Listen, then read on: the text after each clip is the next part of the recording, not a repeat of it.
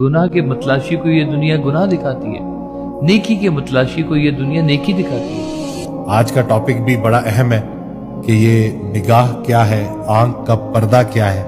कुरान पाक भी निगाहों की और शर्मगाहों की हिफाजत को हुक्म देता है, तो यानी कि निगाह से सारा वो गुनाह का अमल स्टार्ट होता है। ये जी बहुत बड़ा टॉपिक है और सूफिया के यहाँ तो पहला टॉपिक है जिसको कहना चाहिए कि अपनी निगाहों की हिफाजत करो और गैर ज़रूरी मंज़र पे नज़र पड़ भी जाए तो नज़र हटा लो, नज़र बदल लो वहाँ से, क्योंकि नज़ारा जो है अगर ख़राब हो तो रिज़ल्ट भी ख़राब होता है, फिर अच्छा नज़ारा हो तो कैफियत भी अच्छी होती हैं। अब ये देखिए कितनी खौफनाक बात है कि बुरा देखने वाले के लिए ये कायनात के अंदर हर तरफ बुराई हो रही है, हर तरफ गुनाह हो रहे हैं।